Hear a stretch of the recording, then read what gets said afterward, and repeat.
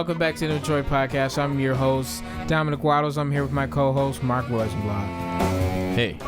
On today's episode, we have Jason Didia. Jason is a multi-instrumentalist, composer, and musician in the Detroit area. In this podcast, we talk about his compositions, his band Bear Trap, creative practice, and much more. And right now, you are listening to Jason Didia's composition in his band Bear Trap. So sit back, take a seat at the table, and enjoy the show.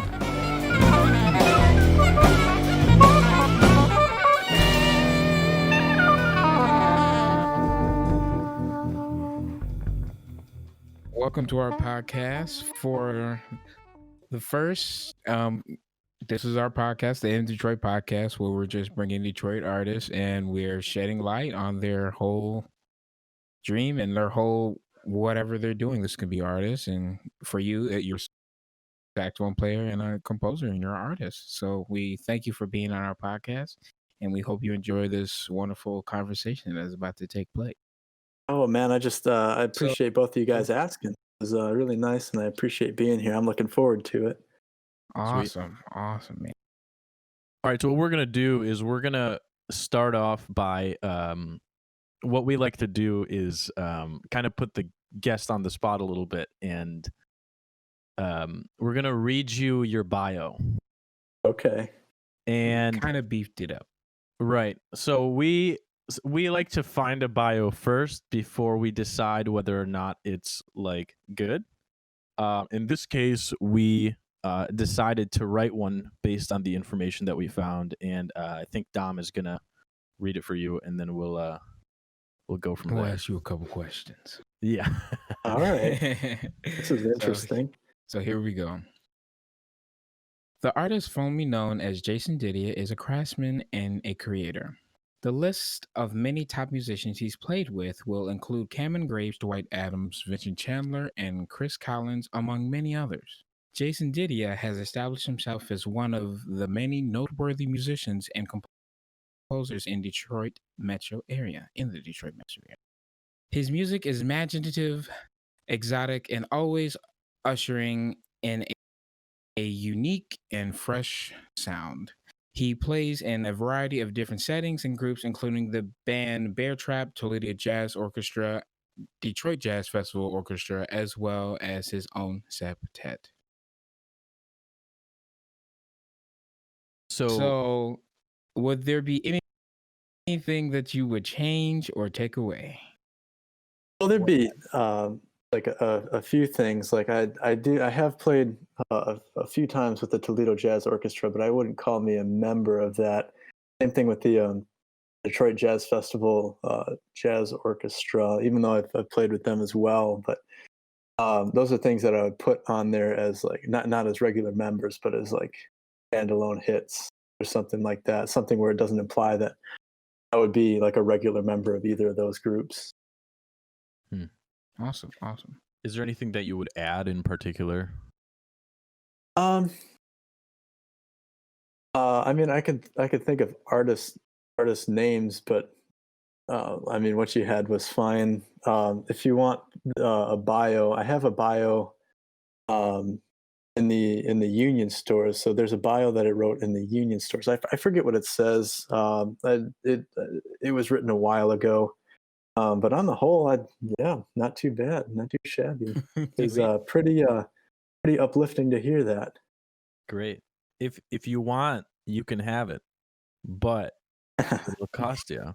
Everything for a price. Right. For a price. Shout out. We're joking. We wanted to find a bio, and we couldn't really find one. The biggest thing we could find was something along the lines of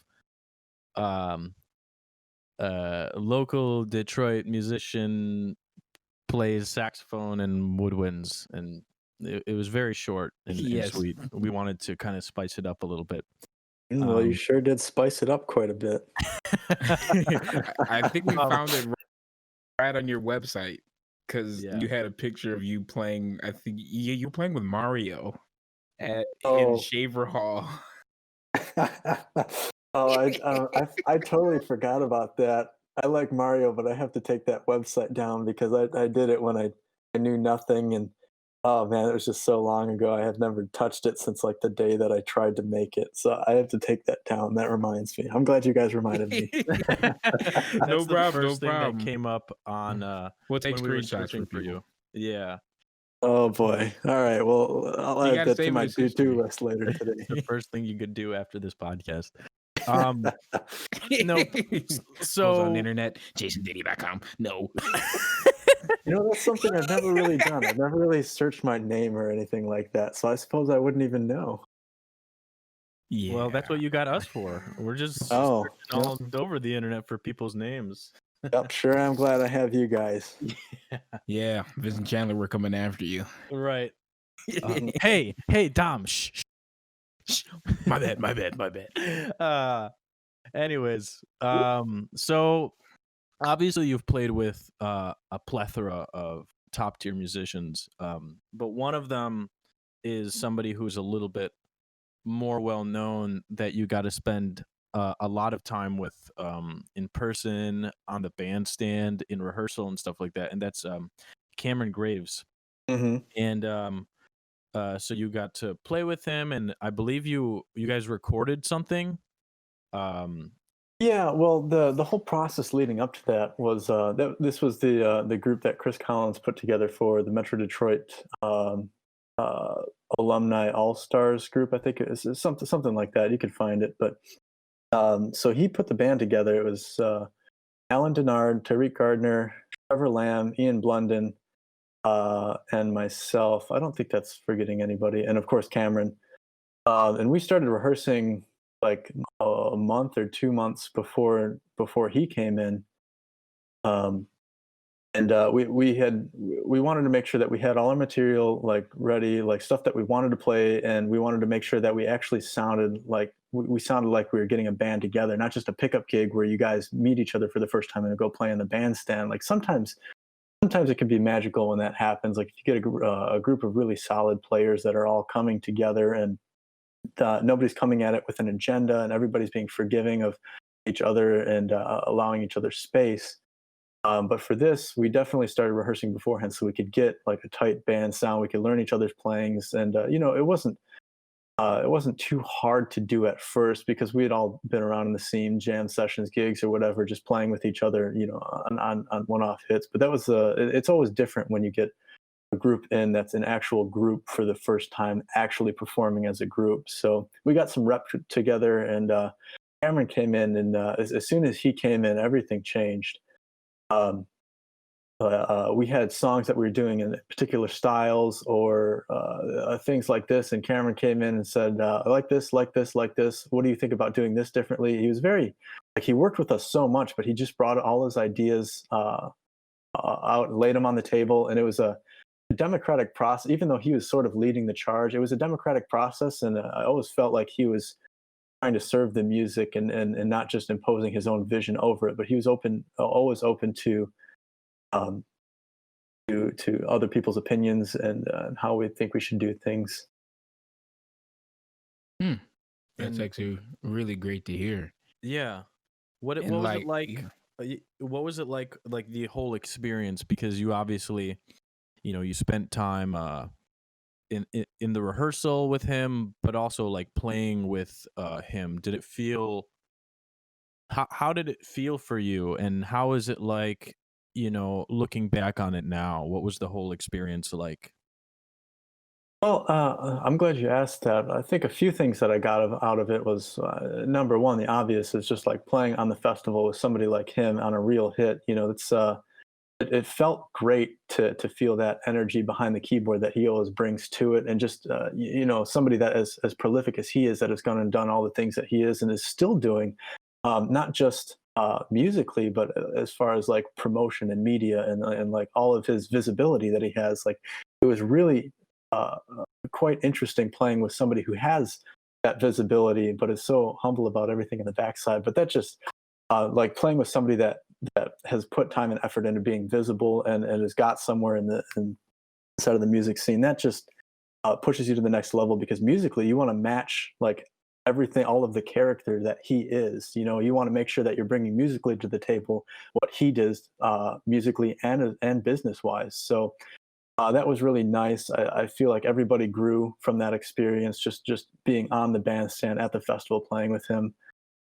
Something else that I sort of saw from him was everything that he did before he was able to be a self um, uh, a self promotable artist. I don't know exactly the best way to phrase it right now, but what I mean by that is, he went and toured with all these different people, and he put in his dues. He was a sideman for so many years, and then after putting in all of his time and making his cash and stuff, now he was free to go produce his own stuff and have creative liberty or creative freedom and take his own liberties as far as his personal identity is concerned. So that was really nice to see. Like I said, working with him in such an equal plane that he created, an equal plane environment that he created for us. That was really nice to see too. That was inspiring. It's always inspiring when you have somebody that comes in that has done so much and is extremely humble about it as well. You feel like, yes, I can do this, and yes, this is something that I can grow from, and it inspires you to soak up everything that you can out of the experience. And um, one thing that I did want to soak up from that, there was some things that he said, in particular, that hung on to me, and he talked about composition styles because as you know, he does a lot of his composition, and I think all of his stuff that he's recorded and put out is all of his own stuff that is under his own name. But anyway, whether it is or not, I had a session with him. We got done with a rehearsal once midsummer. Yeah, midsummer. One of the first few times that he came in and we rehearsed with him, and everybody had left, and I was just in one of the rooms that we rehearsed in. Everybody left, and he had even left, but apparently the bus hadn't got there to take him to the hotel yet.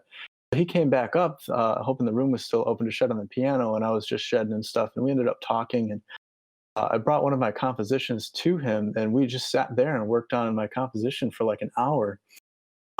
And he's very particular, even though it's a democratic process with him. He's very particular about the way he likes and he wants to structure his music and his sets. The one thing that he saw in my writing is that although he didn't say anything about it was wrong or bad, he saw in it something that was too much. There was the song that I had multiple development sections, and it went from section to section to section, and it was like one big encompassing form, which I thought was really cool. He said, yeah, that's kind of like you're writing kind of how Kamasi writes, Kamasi Washington, where it's just section to section to section, and it moves through the tune. But what he said is he told me that I could take one of those sections and develop it. Like one of those sections could be its own tune, and then we worked on one section as it could be represented in its own tune. So he focused a lot on uh, grabbing the most amount of material for a tune that you can out of the smallest amount of material. So using the smallest amount of material, most creative way you can to produce something bigger, and not just moving from section to section. Which I was glad that he pointed out, because this was a time where, admittedly, that was a weakness of mine, and I was trying to expose that anyway. So I'm glad he did. But anyway, just little things like that he came in and showed us and taught to us, and many things like that happened in rehearsal as well. Wow, awesome. That's some heavy stuff right there. I really enjoy that in terms of turning tunes from just small material, like just two notes, or just maybe a whole just section, like you're just talking about. It's fascinating that he thinks like that, but he also has been with Kamasi, and Kamasi, yes, he does write exactly like that, and he has those huge projects, but it's like one big story, like a huge book. Yeah, and the way Cameron seems to do it is he tells his story throughout the album. So his Planetary Prince album, each tune has its own meaning, and each tune has its own title, and it progresses through there, creating this this canon of the record, or what the canon is about, and the story that it tells as it goes through the record. Yeah, just on Cameron, you can totally tell that he writes and thinks that way, because all of his tunes are like even you could go back to like Monk's school of thought, where like all of his tunes are so identifiable because they're based on a central idea, and they don't go like crazy on like developing or like going into different sections or anything. Thelonious Monk's tunes are basically an idea, or maybe an idea with a second idea. It's and Right, a lot right, of right. American Songbook was like that too, but Monk in particular, it was just like kind of off the wall when it was happening. So Cameron kind of writes like that, where it's like this one idea for the whole tune, and it might change. Like there might be a small nuanced little bit that changes, but on the whole, like the tune is just one idea. And he says Yeah. he does Judd. that just for the sake of. I think a lot of it has been his influence, being a sideman and touring with popular acts. Right, right. He sees what gets like the crowd excited, so he writes these things for the listener. And it was interesting to hear him talk about his perspective on playing music, because he always talked about it as like he was trying to get the listener excited, like he was playing for and to the listener, which is really interesting. That's really He likes high energy stuff. He likes keeping it higher energy, one idea, so people can just like like mosh to it or something, whatever gets people going. Mm-hmm. Mm. Yeah, I played his song. I when I was in Israel, that was like one of the songs I was singing. Like, check out this music, because this is next level. And people were like, "Wow, this is like really intense. I never knew jazz could be, like this." But it's interesting, and this is for people that are, they're not really into. I wouldn't necessarily consider his music jazz. Honestly, I would consider it more like progressive, like contemporary music. It's like really, really creative. Yeah, Um, like metal jazz. yeah, yeah, exactly. yeah. Yes, yes. People are like, this is really, really next level. It does not sound like anything that people are making nowadays. Mm-hmm. But yeah, that sounds like such an amazing experience. Surely one that will not be a forgettable one. Oh no, definitely not. I think out of my experiences, I think that was among the top. Um, in the same boat of those, where I was a bit younger yet, but when Danilo Perez came and worked with the Wayne State Big Band while I was in the big band, and he gave all of his lectures before the festival, and got to hear him talk a lot. That was extremely enlightening, especially because that was around the same time that he did that. Was it Wayne Shorter that was the artist in residence? Yeah, Wayne I Shorter, believe so. Yes. and they played at the Dirty Dog, and we got to see his set at the Dirty Dog, and like they hung out before the Dirty Dog, and gave like a short master class to everybody that was there, just talking about music and like all their goals and everything. So Danilo Perez has definitely been a big eye-opening experience for me. Um, Omar Sosa, when Omar Sosa came in as a guest and played with the Wayne Big Band, that was a big thing too. I didn't get as much one-on-one time with him as uh, Danilo, or even Wayne Shorter for that matter, as I did, or Cameron Graham's, as I did with Omar Sosa. But there was just a connection there. Like Omar Sosa was super excited, energetic, happy. Like, and when we were playing together, it was just like energetic, and we seemed to have struck a chord together. And he was like humble enough to work with me on the bandstand, and I was trying to push myself to like meet him, and that was a really good experience just to play with somebody like that. Mm-hmm. Mm. That's Yeah, like that sounds awesome. so wonderful to hear, bro. Mm-hmm. I envy you a little bit. Yeah, Mm. yeah. Just because you're awesome, man, and that's why we wanted to have you on here. So Oh like man, thank you. yeah, no problem. So like you play with all these people, you're always playing a gig. Whenever I'm asking you, like, oh man, I gotta go run down, I gotta play this big band gig. They just called me, you know. And I just want to ask, how does it feel, and how is it like being called by the top tier musicians of Detroit, like Vincent Chandler and the Toledo Jazz Orchestra, for your instance, or Chris Collins? Like, how does it feel, or how is it like being called or being able to Well, do it? I want to preface this and say that like I don't think that I've done enough of these gigs to say I do it regularly. Like these people, like Vincent Chandler has called me a number of times. You know, Chris Collins has done a number of things for me. You know, Ron Kischuk on and some of the union guys have done, put me on contract gigs and stuff. And, a lot of these are great. I wouldn't say that I've done so much of them and like so many gigs that I have all of this stuff under my belt. You know, I'm like Right. like everybody else, like all of you guys. I'm just working with what I got right now, and um, yeah, and a lot of these gigs too. They're like some of these gigs just were not glorious. You know, I'll definitely say that I put in a lot of dues gigs. You know, with well, I won't go too far into that because I don't want. You know what I mean. I'll just leave it at dues gigs.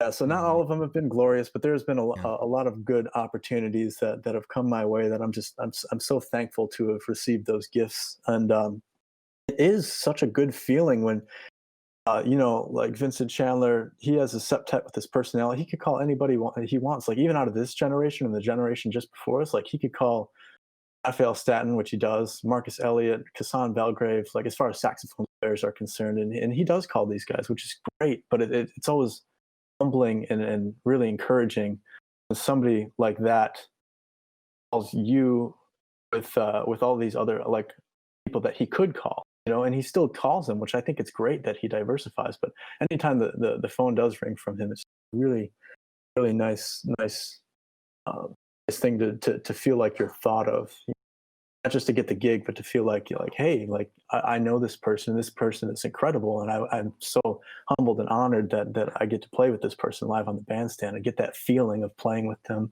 Right. And same Right. thing Right. with Chris. It feels good to be noticed, and you can have whatever opinion you want about Chris Collins. I know there's a lot of them out there, but you know, I've always come at it humbly, and I always pursued him. You know, it's not like I'm just waiting for him to call me.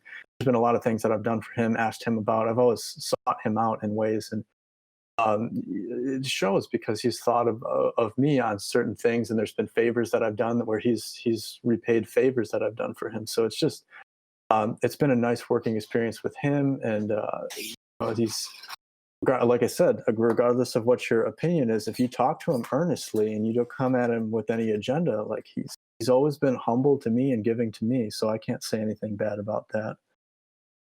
Yeah. But yeah, just like anytime you have a negative opinion about somebody, why? Like, why do you clog your mind with all of this? Well, I like I to get digressed a little bit, but why are you clogging your mind with all of these negative opinions? Just yes. take out of it what you can, you know, just move on. You know, I don't know why you spend all of your time and focus getting drained on this stuff. Just like if you can use a situation to your advantage, go ahead and take it.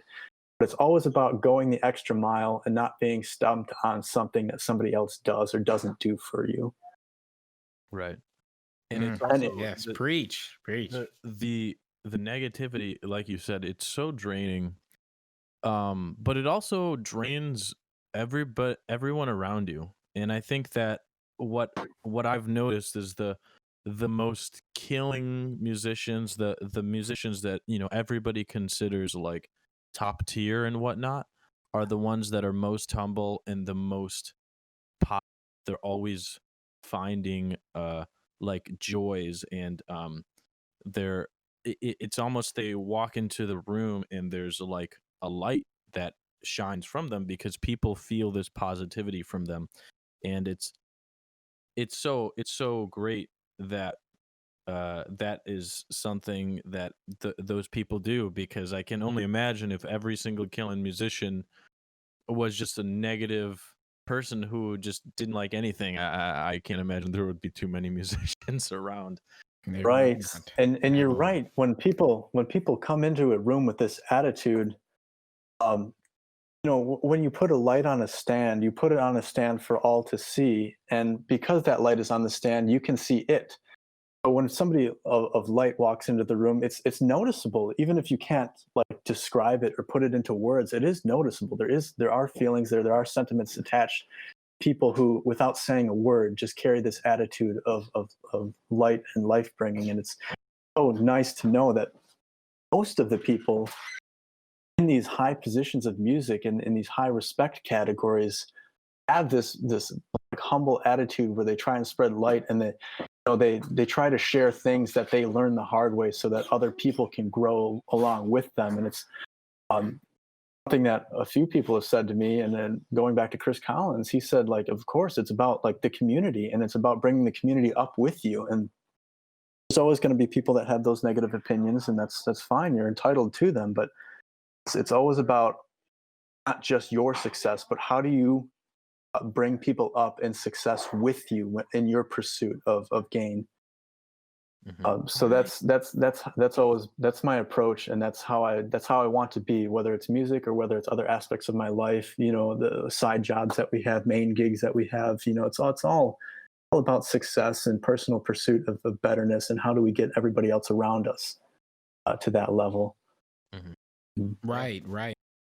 And well, speaking of musical yes. pursuits, you have a band that you're in called Bear Trap, and you guys recently released your new record, Zookeeper, I believe, right?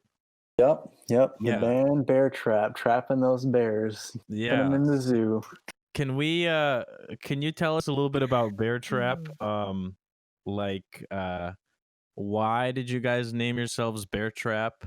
First of all, because that's something that I've always been fascinated by, but also just kind of about the music and about the new album and that kind of stuff. Yeah. Well, the group was formed, basically the quartet of Jeff Cooney, Stuart Lyons, David Dunham, and myself came from Wayne State. And Stuart Lyons had always been friends with Tristan Capel out of U of M. And because they went to the DSO Civics, the high school civics jazz ensemble orchestra together, that program. The Civic Youth Ensembles is what it was. And I had met Tristan there too, but we really didn't get to know each other until we started coming together as like a quintet to rehearse. And we started by just like, it was the quartet that played on either Jeff or David or both senior recitals. And then Tristan started coming around, and I think Stuart invited him in and welcomed him with open arms, because he's such a bad dude, man. He's a cold player, and he's just so humble and such a good guy. We started doing stuff as a quintet, and we were just like, hey, let's bring in tunes instead of just playing standards all the time. So we started bringing tunes and started writing specifically for the group. And next thing leads next thing. Tristan suggests, hey, let's just like go into the studio and record these things. Like, we're doing all this rehearsal time, we might as well. He to Tristan's credit, a lot of this has come from him as far as like band structure, actually getting things done. Band names, all of that stuff. Tristan was a big catalyst behind all of these moves that we made. So we recorded the first record. Personally, I always have this thing about recording where I don't do it enough to be happy with it all the time. But we did the first record. I'm glad we did the second one. I feel better about the second one because through that we allowed for by the time we recorded the first record, we had only been together for like 2, 3, 4 months. It was under 6 months, and we're still kind of finding the sound. Now, fast forward afterwards, we started writing tunes that were more attainable to your average listener, which I really enjoy. Like a lot of it started turning into more like pop or prog rock or something. It was just more fun to play with like a jazz perspective, like all of these like things that could be more popular, considered more popular music. So we started doing that. The band started coming together and having a more unified sound, which I really appreciated. And we recorded the second record, and I was really happy with that. Recorded at Pack 3 Studios with Walter White as our sound engineer, and it's out now. Yeah. You had said something else. What else did you want me to talk about? I just kind of went on a rant. That definitely describes. I was just curious where the band name came from. Oh, the band name. Yeah. So before we did our first record, we actually had to come up with a band name, because if we were gonna like record something and actually put it out, not in hopes of attaining anything by it, but just to put it out so people could find it, or we could find it and have record, we had to have a band name to record it and put it out. So we were just doing like Facebook Messenger stuff, and we were just throwing out like, hey, what about this for a name? Hey, what about this for a name? And it just come like me personally, I love morphing words.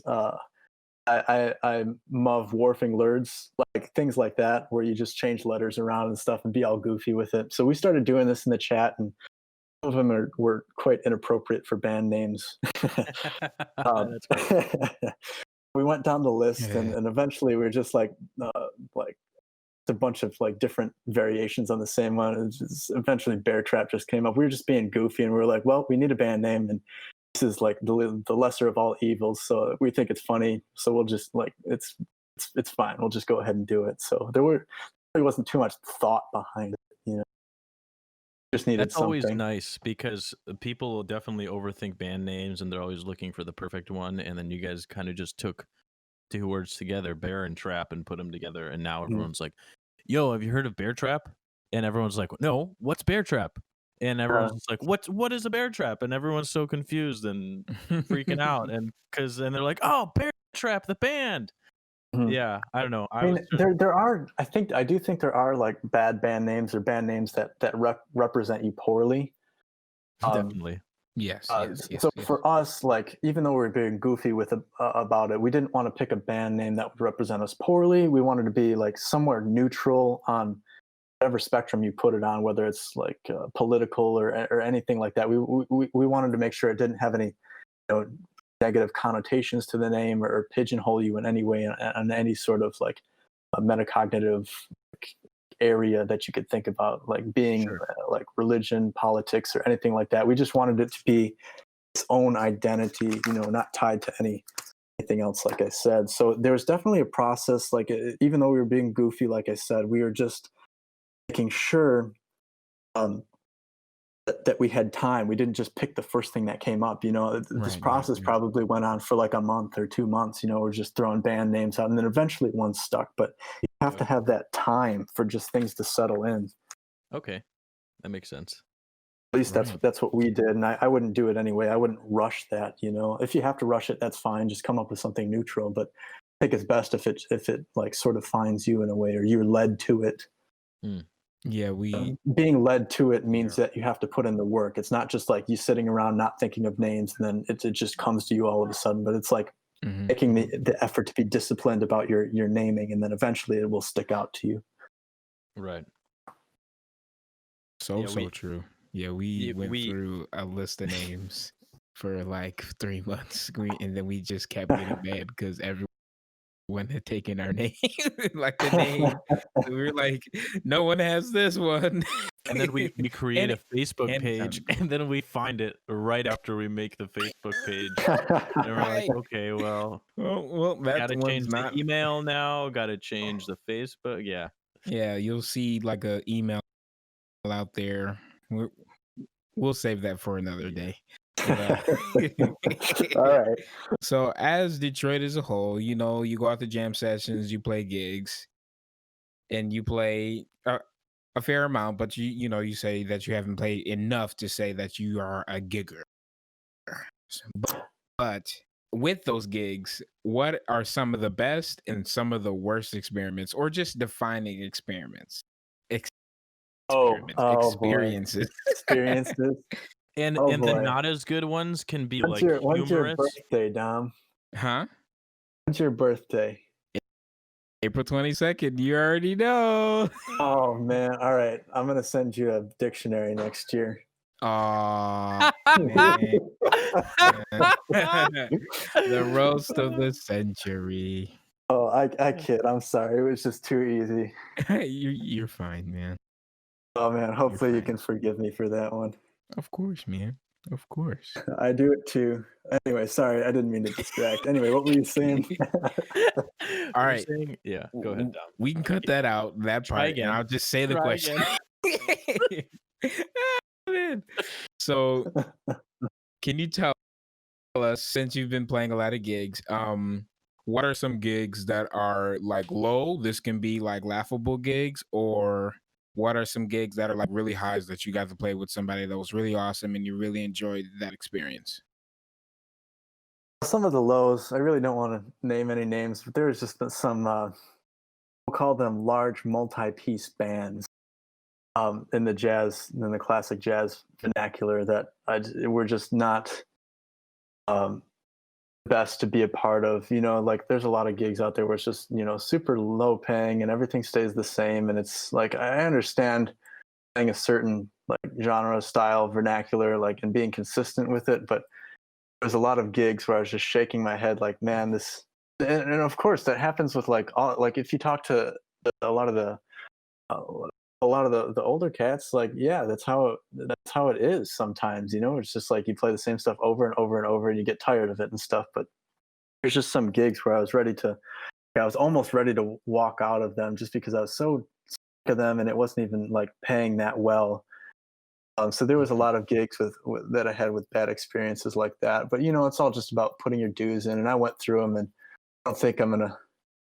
Like, there's definitely standards that I have now as far as like being part of a band, but even just like taking gigs.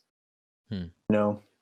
Definitely standards Right. that I have, and I think there should be because we have to uphold the integrity of the art and the money behind the art. Yeah. Yes. Um, Yes. there was some like, bad experience, and you can have a whole like you could do a whole podcast show like series on just like bad experiences and upholding the value of the scene and everything. So I won't digress into that, but That yeah, sounds there's like a series for our podcast where we just talk about people's worst experiences. oh Because man, people I would would love that. I would rather listen to their best experiences, to be honest. Like Well, if we I did a mean, series on their best experiences. Just more so in terms of like a humorous kind of way, because I've definitely had a multitude of gigs where everything's just bad, and then it's just a bad gig, and then I look back on it and it just cracks me up because of the whole situation. It just becomes this some negativity becomes this thing that you can laugh at in your past and not look back on as something that was just this horrendous moment in your life. Right. And yeah, and like there's definitely points in my life where I've even walked out of jam sessions and stuff just because I was so fuming with myself. Like when my identity was in a more fragile place and I was placing my identity in music wholeheartedly. Like, when somebody called a tune and I didn't know it, or I just like I'd been shedding and something just didn't come out, and I was placing all of my identity into that. So when it happened, I was just so mad, and there was a few points where I almost broke my saxophone or broke my flute or whatever I was practicing just because I was so frustrated. And those are also like not any one gig or one experience in particular, but there is a side of music to that where I struggled with deeply. And now that my identity isn't music, even though I pursue music when I practice and play with um, all of its God-given potential, like I feel much more comfortable in myself, and I think that's really helped me become a better person and a better musician because of it. Not idolizing certain Right. aspects of the music. So there's a lot of bad experiences I had in that way. Leaving jam sessions and even gigs where I'm like, well, this is so stupid. I should have known that, or I should have done this, or if I would have done this, this would have been so much better. And it's fine to do that. I think there's definitely a lot of growth and introspection. But if that's all your identity is your growth and introspection and what you did wrong, then you just get so dark on that, and you don't even produce better music at the end of the day because you're so tied up in like how you did wrong and how terrible you are. And there's a lot of guys even on the scene now in our own generation that well that talk about themselves with such a depreciative mindset that it's really harming them, and it's hurtful for me to hear sometimes people talk like this. And all of this just wrapping up back to experiences, like yeah, not all of them were just like gigs that have gone wrong, or like organized gigs, which there's a fair share of those too. But good as far as good experiences, yeah, like Graves being on the festival, playing with the Detroit Jazz All Stars Big Band with the Danilo Perez Global Big Band, like that was awesome. um, Anytime that I've gotten to rehearse, even just rehearse with somebody like Vincent Chandler, just to see how focused he is, how on task he is. There's been so many good experiences in that way. Um, yeah, I can't. I None that want to really. name one. I want to name a good experience of watching Jason for me, because this is where this is where I actually was like, oh, that's Jason, and I need to talk to that guy. This one time I told Dom this story, and I don't know if you remember this, Jason, but this one time we showed up at I showed up to Northern Lights, and I was the only one there besides the trio. And I showed up, I played a tune, and it was cool. And then Joe Palmer showed up before Joe Palmer was at Wayne, Mm-hmm. and then so we played a tune, and then some other people played a tune. It was cool. And then a couple of hours later, it's like midnight. It's like 12:30 or something. And Dwight Adams rolls in. And I was like, "Oh man, it's Dwight Adams. No way." And I was like really excited and also really scared. But I wasn't playing at the time. I was actually like just completely exhausted because it was Wednesday, like a school Wednesday. So I'm coming to school at like 8:30 in the morning and then Oh not yeah. leaving. Mm-hmm. So it's one of Good those old days. days. Music theory. Right. So I'm there at Northern Lights, just sitting there, a little buzzed from the beer and a little and quite tired. And they start playing Scrapple from the Apple, and it's like 10 minutes in, and all of a sudden it's Dwight Adams and Jason like going back and forth on Scrapple from the Apple, and one person is running on this mini stage and then running off as you guys are like trading eights or choruses. And that was just such an amazing moment for me to watch you guys play, because I can just visualize it. I'm literally watching you guys just run back and forth onto the bandstand. But the music that was happening while this was going on was just incredible. Like I could not I wasn't even blinking. My eyes were just completely open, and I was just so focused on what was going on because it was so amazing. I had never seen anything like this before, and oh man, it just makes me so excited because I just want to see that more often. And so you were a person that when I saw that, I was just like, this guy is next level. Like he's what, and I was, yeah. So that's a good defining moment that I think for for Jason, that whenever I think of you, that's what I think of. I don't know if you remember that. There was a lot of nights like that I don't remember. Oh boy, I don't know. Maybe I remember that one. Um, I don't know, but I really appreciate that. Like, Yeah. thank you for that. Yeah, no worries. I just said hi to Jason, and then like he started shedding, and I was like, "Yep, I gotta know that guy." Oh man, I gotta know that guy. As soon no, as my no, man no. started talking about, yeah, I'm reconstructing my saxophone. It was kind of flattened out, but it sounds great now. I'm like, yeah, it's a because Oh, I was you're talking about the Busher. I was coming out of high school, and I was like, man, I'm the stuff. I could play anything. And then I got here, I was like, so what? Miles Davis, who's that? I know Doc Severinsen in the Tonight Show, man. Oh man. But you are in like I don't know, I guess my Hall of Fame of people who I looked up to, and I still do. I still look up to you a lot, man, because you invited me into jazz, I guess you could say. Like you were like, yeah, make this your own, because people at Wayne, there's not a lot of people like you at Wayne, so I really enjoy that. I I really do. appreciate it. That's inspiring to hear. But like as much as I appreciate that, I'm just a voice in the dark trying to point people to more enlightenment. That's all I'm trying to do. I feel you. Speaking of voice in the dark and it's in the dark right now, we're in a very Dark. serious pandemic. Yes. It's a very interesting time. It's unlike anything we can really imagine. And we were wondering how you're dealing with it, if you're doing anything musical, if you're being more productive, or if you're struggling more. Tell us your experience with it. Yeah. So this whole um, isolation started.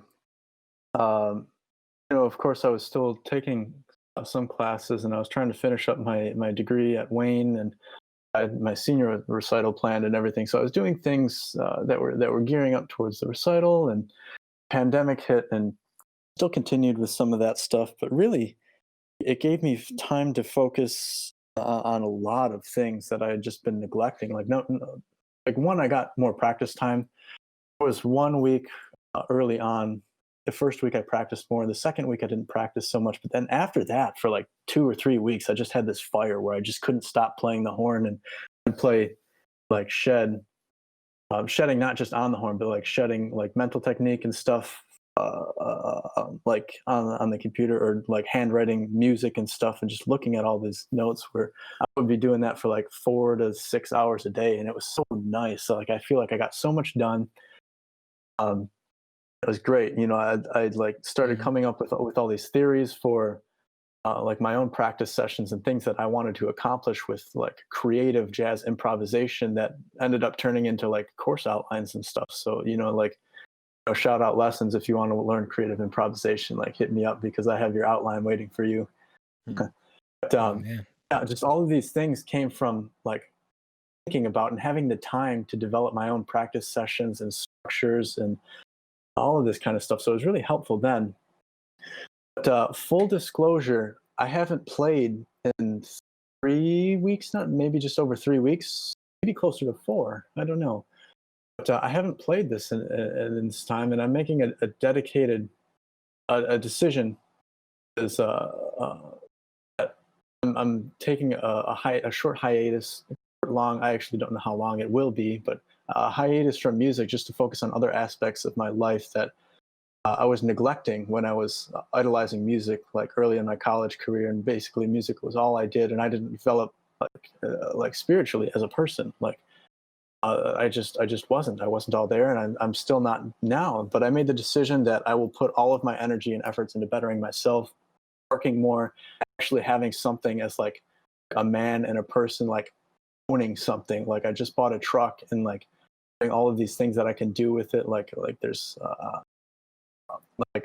I'm working with like lumber and stuff, just and like woodworking, and having these little projects for myself. Like I'm building myself a lofted bed frame, and then anyway, just like diversifying myself in all these areas of my life that are really teaching me about how to live a good life and not just be a better musician. So Right. really, I Right. think the most beneficial thing for quarantine for me has been practicing, yes, also becoming just the best person I can be, and really figuring out what I have to work on, what my deficiencies are, and how do I get to the next level.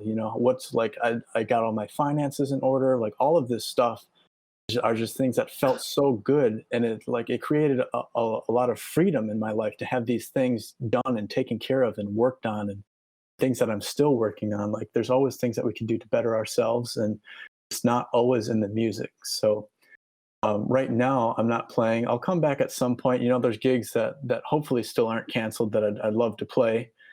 But right now, life for me is not just about the music. It's about how do I become a good person? How do I support myself? And how do I create a situation where someday when I have a family, I can make sure that they want for nothing, that I can still encourage them to work hard, but that we're not starving, or that we have things that we want, like a nice house, good vehicles, not scrambling to pay for bills. That's not the life that I want. So just all this time has allowed me to do a lot of things outside of the music, which I'm so appreciative of. And that's not to say that I'm stopping music. This is just a hiatus to devote all of my attention to bettering myself. Now, as far as musically is concerned, I fully intend on continuing to do music, like with all of the passion that I have for it, and with the highest Right. amount Right. of ability that I can Right. cultivate in the music. Like, this by no means that means that I'm going to be slacking, or I'm going to do what I can. There's the divided time, of course. You can't do everything at once, but you know, every second that I put into music, it's going to be the most hardworking second that I can put into it. So I still want to continue to grow in music at a rate that I probably won't be able to keep up with, but I'm surely going to aspire to do that. Mm-hmm. Hmm. Yeah, that sounds awesome. That sounds Um, like brilliant. um, so what are your thoughts on the Detroit jazz scene? How do you think about it? Is it something that's thriving? Is it something that is, where do you see it in terms of the rest of the world and that kind of thing? Well, as far as rest of the world, I really can't comment on that because I've spent, you know, I've been to New York once, but I wouldn't say that I know what it's like in the other scene. I've been to Chicago, but I wouldn't say that I know how those scenes operate. I wouldn't say I know everything that's going on there and the differences between the scenes. If you want uh, people to comment on that, I would suggest somebody that's either moved there, thought about moving there, or visited there quite a bit. I can drop some names for if you want afterward, but that's just what I would recommend. As far as the Detroit scene for me, I mean, it's supplied me with a lot of things that have helped me grow. You know, there's a lot of people on the scene that are you know, what I would consider top tier musicians or people that I definitely look up to and respect at the very least. The Detroit scene, you can craft up as people about any topic. You can craft up anything that you want, but really the Detroit scene is nice because you can pretty much do what you want. Like it's not like anything that's stopping you. You know, people say that there is, and I talk to those people and I just wonder where their heads at. And that's not anything against those people. It's just I haven't been able to find anything that you can't do yet, really.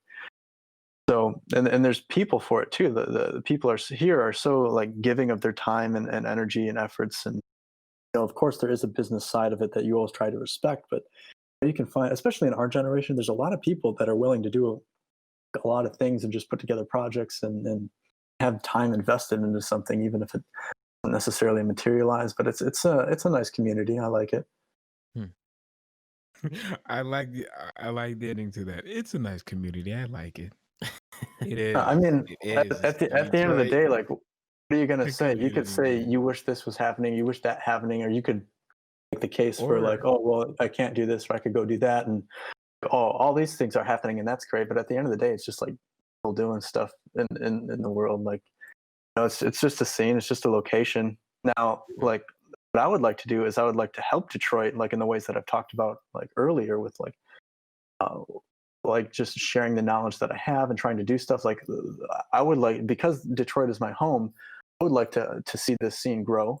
I would like to Mhm. see like people work together, and I would like to see like projects happen. I would like to see um, people being open to trying new things and different ideas, which there are people doing new things and trying different ideas. So in that regard, I suppose like Detroit is a pretty open scene like that, and I appreciate a lot of aspects of the Detroit scene.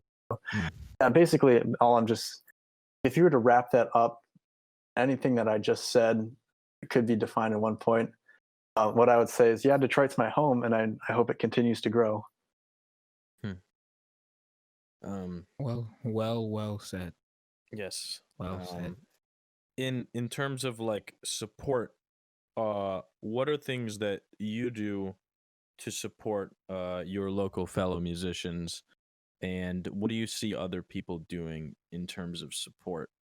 Uh, Like musically, financially, you know, It can be, anything. yeah. Mhm.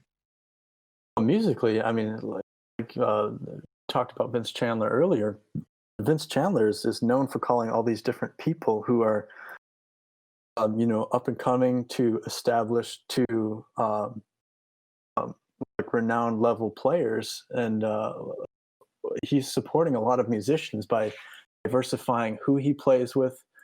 I hate using the term level, but what level of musician that he's playing with, like where they are stratigraphically inside of the scene, whether they're newer players, older players. Um, there are people in the scene that are calling all of these different types of people, and that's something that I've tried to do. And like whenever I've had a septet gig or some of my own gigs, like, you know, I've tried to call any range of players that I could, and a lot of them have agreed to do it. And a lot of these people, I just appreciate that they're supporting the music community, but not looking at me as a this up and coming player who has stuff to work on, but just like they are enjoying the music and they feel like they can contribute to the project that I'm putting together. So they feel perfectly fine going in and like making good music or the music that we can to the best of our abilities. So really, it's there's a lot of people that are doing things musically, make sure that people get around and play with other people and just grow as individuals and as musicians. So um, I think there are a lot of people that are doing good with that. Financially, I don't know. Honestly, I haven't got a lot into that, and honestly, as far as like calling some people for some gigs, sometimes there hasn't been a lot financially that I've attributed to the scene, other than joining the union, which has been a great step for me, and like seeing how everything works and looking at the scene and saying, yes, like there are people that do this for a living, and there are like income sources that provide a living for you.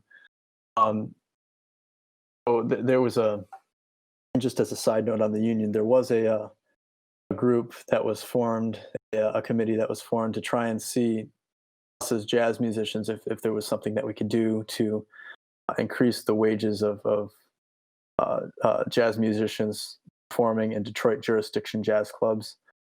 Um, the committee's still formed, but we're still making progress on that. But as far as financially, like I don't think there's anything really that I've done. If you're looking for somebody that's financially contributing to the scene, I would like to know Dominic Biringa, who um, he makes sure that all of his cats get paid all of the time. What like a good wage. There's been big band hits with the Moving Mind Orchestra that I've been in that I know for darn sure that Dom is making $300 on the gig, maybe less, but he's still paying each individual cat in his band $150. You know, he does things up and above and beyond like what's called for him as a musician. If that really is his calling, like he works a day job and he provides for musicians because he wants to make sure that the musicians aren't sacrificing anything for playing his music. So I think that's an incredible thing that he's doing. And there's the you can find people that do that, but Dom just comes to mind because he's been somebody that's close to me and done a lot for me. Yeah, that's awesome. I don't really know of anything else that comes to mind to talk about right now, but maybe you could talk about some stuff and more stuff would come up. Yeah, I was gonna say RJ from time to time as well. He's done a lot for just the Detroit scene. What are your thoughts on just RJ in general, or just Jane, D9? I mean, every time I talk to him, he's a nice guy. We get along and have good conversation. I like listening to some of his stories about, um, the scene in older days. But I like to get my perspective from all sides. So no matter how much I like RJ, I always try to get my stories and perspectives from a wide variety of people. And RJ is just somebody that fits into the category of somebody that I don't mind talking to. Like he's a nice guy, and I've done some gigs with him and stuff, and he's always been nice. Yeah. Yeah. What are some things that you want to see? What kinds of things do you think that can be done to increase exposure for musicians? The reason why we're talking about this is because we've obviously established, and it's very well known, that there are a multitude of top tier musicians doing stuff. But what tends to happen for some reason is that the when people do their gigs or whatever, the kind of musical thing that they're doing, whether it's like local, it tends to be overlooked, and a lot of people don't show up. In fact, you'll show up to something that's just incredible, and there's like maybe 10 people. And I think a lot of people in the music scene in Detroit have a lot of ideas, Um, Mhm. but those ideas are quite scattered, and it's super awesome that um, there's the musicians union that's coming together and trying to figure out the wage thing. But what I think it kind of doesn't do, not to say that it's not doing it, but like, what are some things that you feel like can increase exposure for the Detroit musicians? Because that's something that, if you go, for example, in New York, uh, there's people playing and people are showing up. And I don't want to compare, I'm not trying to compare Detroit and New York in any way. But what I am trying to say is, uh, do you feel, what do you like? Well, again, what I was saying was, what is the exposure? Is there like a problem that you think that musicians are doing, or is there something that is lacking? Well, for me, it's never really about problems. It's about solutions. Right. Um, like you could say there's problems with what's happening, but I think there's solutions over problems. Um, so if you look at the scene, like if you want to get somebody that comes to mind is like for increasing. So I want to talk about this in a few different ways. I want to talk about marketing yourself inside of the music community. And these are just my thoughts. They're not laws or anything, and they may not even be accurate. But from what I've seen so far, like if you look at Alan Denard, he's he's promoted stuff for his album. He's active on social media. He goes out and he's regularly a part of the scene. He goes to sessions. He has gigs. He books himself. The band leader that books himself. When you book yourself and you advertise your gigs, it turns heads. Like people are like, "Oh, this guy is actually doing something. He's a mover and a shaker." Like if you talk to people about Scott Quinnell puts out these records. He hosts his Metro Detroit Jazz Workshop every summer. Built things, it's all about building things and having a product. So one reason I brought up Alan Denard is because he put out this record. He has a social media presence. He's very present on the scene, jam session gigs and all that stuff. And he's somebody that you can go up and talk to. Like if you go up and talk to him, he's a humble guy that you can talk to about a lot of topics, and he's knowledgeable on a lot of things, and he's always friendly. Um, he's somebody that could, as with a lot of the movers and the shakers. So not just referring to him, but a lot of the movers and shakers. They are people that go above and beyond the call of duty. Um, they're quote unquote hired to do something or paid to do something, but not only do they do that thing, but they come at it with a positive attitude and they get the job done instead of just doing what they're paid to do. The job is done when they do it, whether it's music or whether it's anything else. So, and getting back to exposure, like word travels about if you are uh, a good musician, but word also travels if you are somebody that goes above and beyond the call of duty and puts yourself out there as somebody who is willing to get the job done. And that is especially true when you go over to the union side of things and you start getting contract gigs and all that kind of stuff, and working with the contractors at the Fox, the Fisher, the Valentine Theater, the DSO, whatever you have. Like some of those, and it's not true in every case. I can't say it's true in every case that if you go above and beyond the call of duty, that's going to work out for you, because it doesn't. There's been a lot of times where I've done that where either I haven't got a call back or felt like I just wouldn't continue in that particular area. But promoting yourself, marketing yourself is me a lot about going above and beyond the call of duty. Now, as far as getting people to come out to your gigs, like I really don't think it's like it's not about just getting the musicians to your gig either. It's about being a person that is not just a musician, but he's a person. Like I was talking about before with like personal development and making sure all aspects of your life are accounted for, and that you don't just live in a dark basement practicing all the time, but you go out and you talk to people that aren't musicians, and you have a friend group and a friend base. Word travels a lot faster when you're not living in the basement. And the most successful gigs that I've had is when I've just gone through a few months of talking to people and acquiring friendships and associates and like all these things, and words travel. The most successful gigs I've had is when I've done promotion to friends and family, and they share it and other people share it, and they're like, oh, eventually it gets to people that don't know you, and they're like, oh, who is this? Oh, well, those people are going to see it. Well, we'll go check it out.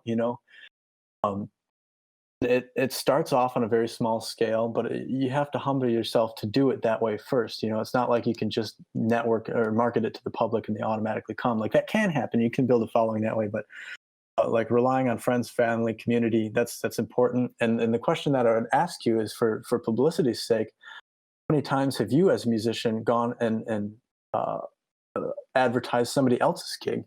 So some of the best feelings that I had was when in my septet, Vincent Chandler and Chuck Newsom and everybody else in the septet shared my gig and said, "Come out because this is going to be an awesome show with awesome music." It felt great as a band leader. It got people out. It got people to paying attention to all parties that were involved. Not just like this person as a band leader, but advertising all parties for all the gigs. And even if you're not on a gig, just saying like something like, "Hey, this is something that I'm genuinely interested in and something that would be worth your time listening to. And I'm promoting this so that you know about it." Promoting other people is a big part of it too. It's not just about yourselves all the time, but it's about the community, like I said. Yeah, absolutely. That's it. That sounds like definitely that. Um, that's a quality that I see in people that get more, I guess, traffic at the events that they're doing. And it's a very it's not like a give and take. It's more of a let me let me help you and then you help me, and it's a giving and sharing kind of deal, which I think is a lot more r- just better, and it creates a more it's more of a community kind of thing to do. Mhm. So that's Yeah, we awesome. have to trust each other and rely on each other, and just know that it won't work out all the time. But trusting each other and relying on each other is a hard barrier to overcome sometimes. But you just have to put yourself out there. It's not like you're doing anything bad by doing that. Right. Definitely. You're just putting yourself out there, man. Yeah. Spreading And your admittedly, wings this and isn't flying. spread your wings and fly. Admittedly, this is an area that I have struggles with sometimes. I really haven't been the best at doing that all the times. And there's been a lot of cases with non-musician people that want to come check out my gigs that I talked to, and they say, "Why didn't you let us know about this?" And I'm like, "Yeah, sorry, I just didn't get around to it." But that's my fault. I just hurt myself, and I hurt them too because now this community, this relationship that we had is somewhat broken because I didn't do what I could do to get people out to the gig and let people know that it's just happening. Not saying like, "Hey, come to my gig," but just like, "Hey, this is happening. If you're interested, like, and free, this is something that's going on." Just like being able to do that and get over that barrier of like, okay, well, I don't know if I should promote myself or anything. And something that really helped with that was Stanley. Who is the artist in residence? Stanley Clark. Right, Something that right. Stanley Clark said in a master class was that every day that you don't self promote yourself is a day that you're regressing in exposure. It's not like you just stop promoting and you stay stagnating. Every day that you don't promote yourself, you're regressing. Mm. So that was something that interesting, and I still really haven't changed my ways. But like I said, there's been a lot of other things that I've been focusing on recently, and it's something to file in the back of my mind eventually when I feel like it's the right time to go start doing and sharing this stuff. Definitely. Right, right. So you talked about your septet, and you, you played a lot of original music, right? Yeah, it was all pretty much all original music, or if it wasn't original, it was a really heavily modified arrangement, Okay. So not just like a straight like a harmonized thing with backgrounds and stuff, but like the a lot of the core things in the tune were actually changed, like almost like recompositions. oh, okay. So mainly just like yeah, just recompositions and everything. Exactly what you Yeah, said. recompositions, So retextualization, all that kind of stuff. right. And I remember you were showing me this one tune when you were rehearsing with, I think it was Bear Trap in the big band room, or it was just for some gig. But I'm always interested to always know about your original music, how you write them, how it comes to you, or do you just let it come to you at random times, just like most composers? What are your things?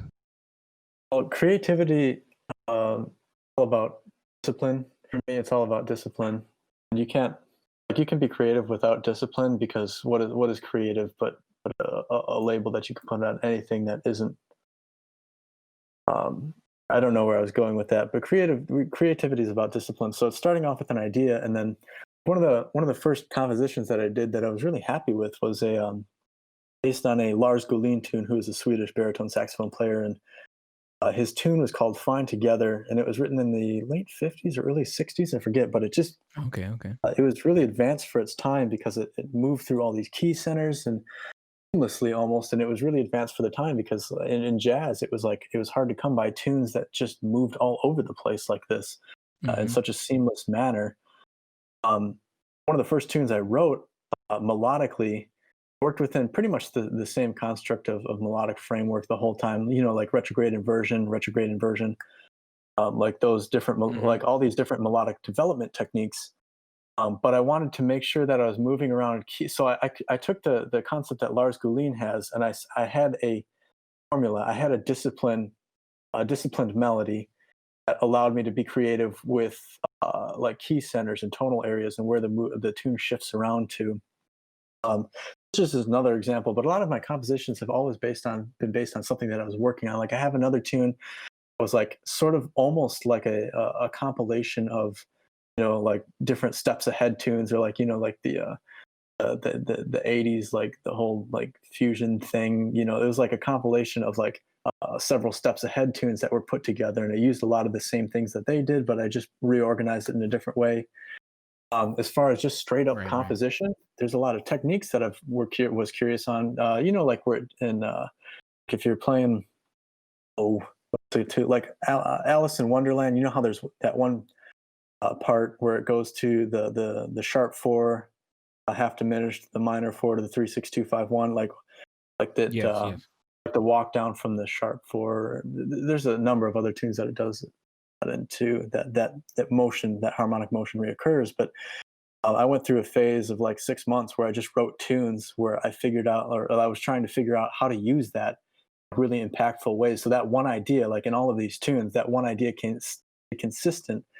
And I have a library of tunes that uses the sharp four to minor four to 3 6 2 5 1 motion in them. And then all of these tunes came from things that I was curious about and working on. It wasn't like I just sat down and just something that was like just came to me. There have been other times where ideas have come to me spontaneously, but for them to actually turn into compositions, it's always been a disciplined process. Yeah, it's interesting that you mentioned that, because earlier you were saying how Cameron was telling you that it's something you work on this one idea, so it's nice to hear that there's like a continuation of that. And it's cool that you're talking about like um deconstructing like a tune where there's just that one part of the song that is the I don't remember who said this, but there's like a quote or something like where there's so many standards and there's so many tunes to learn. You got to figure out like the one special thing about that standard that separates it from the rest, because 2 5 1 3 6 2 5, all that stuff can get very Repetitive. monotonous, but it's like what is the thing that is the key characteristic. So it's interesting that you mentioned about the Alice in Wonderland tune. Um, Yeah. Another like side topic that you can talk about off of that is just like when you find these identifying features that really allows you to play the tune and not just play like standard licks or repertoire over the tunes. You're like actually investing yourself in the tune, how the tune sounds, where the tune is going, tension, all the tension and release points that it has inside of it. You're placing all of these in the right spots, and you're able to like work around those and be creative with it. So like maybe if each tune has its own set of things that you can do, like especially melodically, even like we were talking about harmonic movements, even harmonic movements, like you can accentuate certain things. Something that Chris taught me one time in Big Band, and he like specifically in Alice in Wonderland, was a spot where I was always taking break. Like my phrases were always ending at this one spot. And he pointed it out to me and said, "What if you tried extending your phrase over this part, because this is what the melody does in the tune?" And as soon as I started doing that, I had an eye-opening experience. It's like, wow, like as soon as I started phrasing it and treating the tune like its identity, and it just opened up the world of possibilities. I had much more fun playing. I felt like I could be more creative and I had more ideas. So yeah. Yeah. Man, you just gave me a whole light bulb. Yeah. Like, yeah. That's something that we Definitely trying definitely that. want to talk about, because Jason, you and I have had some conversations about melody and how vital and how important it is to improvisation. And before we do that, we Dom and I were talking about like another thing that we always think of you is that you're always studying something that most people wouldn't even dream about thinking about. You know, Dom, I don't know, I don't remember what Dom mentioned. What did you say that you came up to Jason? He was talking about like astrophysics or something. I don't remember. Yeah. So like, well, there was a couple times. I remember we got into the band room and then he looked at my horn because I was like the first day I had like took some sandpaper, went to my horn, and then he was like, "Oh, that's great." And then Gooch comes in, he's just like that's highly dangerous. And I was like, "Oh, great to know, Professor Gooch." But we started talking about that, but then we progressed all the way to talking about oil. We like car oil stuff to put in between your keys, and we literally spent almost about 2 hours in the lobby talking about things that we would do to our horns to make it like the best horn. Like we were thinking about what is it, wood keys. So you would have metal, but you would reinforce it with wood on the outside, so it looked like wood keys, but really it's not. We have a lot of Did we ideas. talk about? I don't even remember that. I know a lot of those are just like speculations and just like what ifs. Right, like what if you had a saxophone that had a wood effect, but it sounded killer? I'm telling you, man. But yeah, I mean, you're always talking about Right. something that it's just it's really interesting, just like talking to Russ about Chinese philosophy. So we want to ask you, what is that thing right now Me? that you can just that you might think is that thing? Because to you, it's just normal. Oh, like something that I'm studying? Yeah.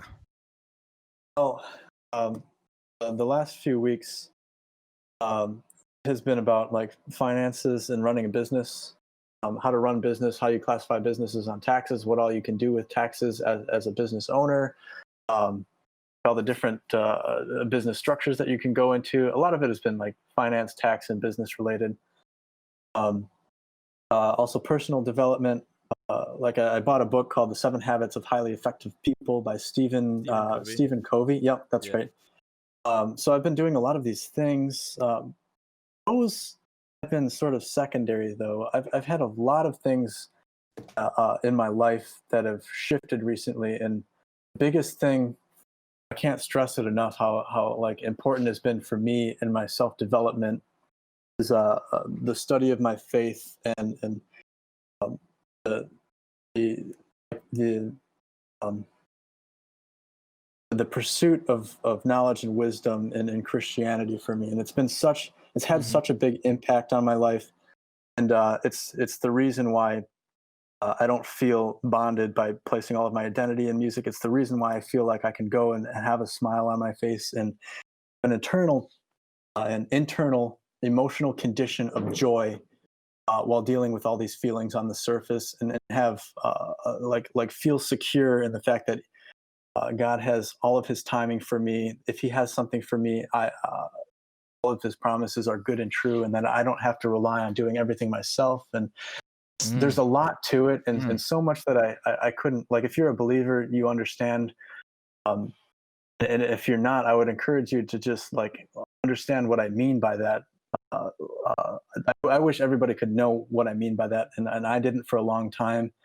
I feel really good saying this now because I actually understand it, because I used to hear people talk about Christianity and stuff, and it really didn't mean anything to me that much.